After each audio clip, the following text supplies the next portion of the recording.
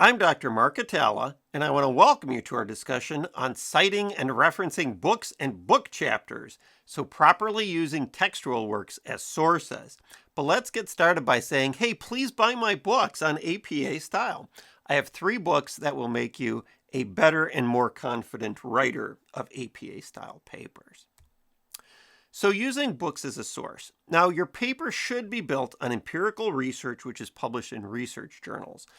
But books and book chapters can be an outstanding source of additional material for your paper. And they're considered to be textual works along with things like research journals and Wikipedia, if you can believe it. The basic structure of reference for a book with one author would look like their name, last name first, and then their initials, the year the book was published in parentheses, the title of the book in sentence case in italics. And so I have a video on sentence case versus title case, if you want to look that one up too. And then the name of the publisher. Now that's not very helpful, so let's have a real example. So the example is The Bystander Effect by Catherine A. Sanderson. So the first thing we're going to put in there is her last name first.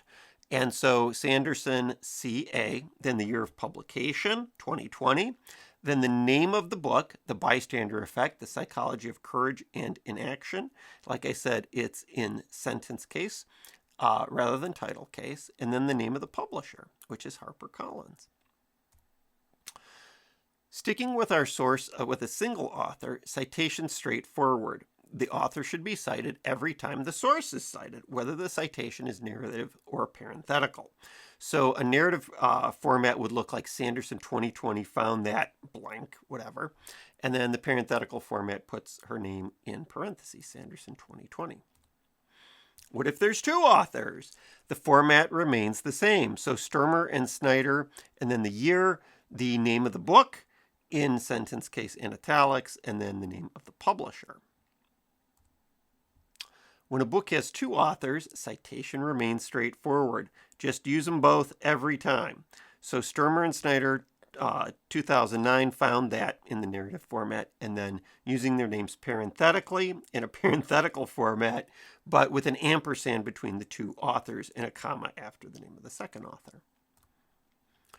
When you have 3 or more authors, the reference format remains the same, but the citation is going to change. And so you can see again, this has 4 authors, year of publication, 2007, name of the book, The Handbook of Eyewitness Psychology, Volume 1, Memory for Events. And I can tell you Volume 2 is actually Memory for People. And they're both published by Lawrence Erlbaum Associates Publishers. When a book has 3 or more authors, again, it simplifies because now you just provide the last name of the first author followed by et al. Whenever the source appears in your paper. So Toglia et al. 2007 in the narrative format, and then Toglia et al. Comma 2007 in parentheses in the parenthetical format. What if there's 20 or more authors? Well, you include up to 20 authors in a reference, but if there's over 20, the first 19 are listed, then an ellipses, then the last author. Now, I've never actually seen a source with over 20 authors. Could you imagine a book with over 20 authors? What would that even look like? And I can only imagine the meeting that determines what authorship would look like on something like that. But that's like over 20 authors in the picture to the right. Let's talk about book chapters as a source too, because they also can be an outstanding source of additional material for your paper. In terms of references, they're treated as a hybrid of a book and a journal because books have editors and they're listed in the reference. Journals also have editors, but they don't appear in any of the references.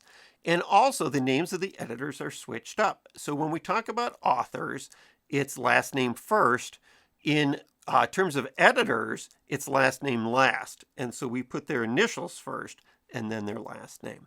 So let's see an example from this book, Imagery and Related Mnemonic Processes. So this has one author for the book chapter, and that's Francis S. Beleza, or Frank Beleza. He was actually my graduate advisor at Ohio University, where I got my PhD. So his name comes first. followed by the date of the publication, 1987, the name of the chapter that he wrote, Mnemonic Devices and Memory Schemas, then the editors in M.A. McDaniel and M. Presley, and then, so like I said, it's their initials first and then their last name, so it's last name last. And then EDS, which is the abbreviation of editors, in parentheses. If there's just one editor, it's just ED period. Imagery and related processes, theories, individual differences and applications. That is the title, and it is in sentence case, and it's in italics. Then the page numbers of the chapter, 34 to 55, and then the name of the publisher, which is Springer. The book chapter is cited in the same way as a book. So if there's one or two authors, you list them every time. And then I'll give you an example of one that with three or more that also uses et al. In just a second here. So the narrative format, Bellezza 1987, and then you can see the parenthetical format too.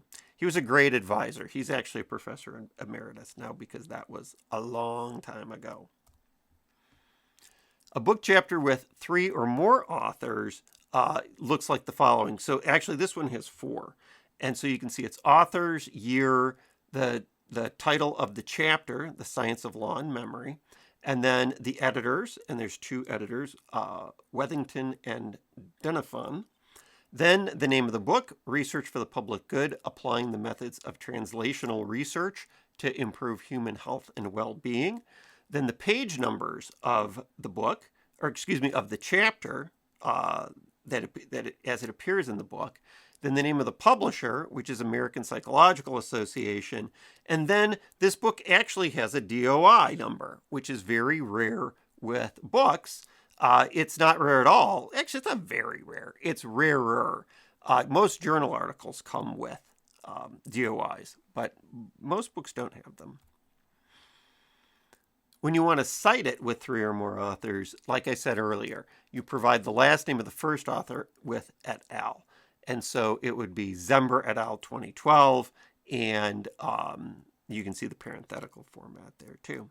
So they follow pretty closely upon each other. There's just a little bit of difference in the information that you put into the reference between books and book chapters. But I want to thank you for watching this video and wish you luck in your writing. I also invite you to visit us at APA Central, where there's plenty of more material to help you become a better writer, and there's lots more videos. But have a great day.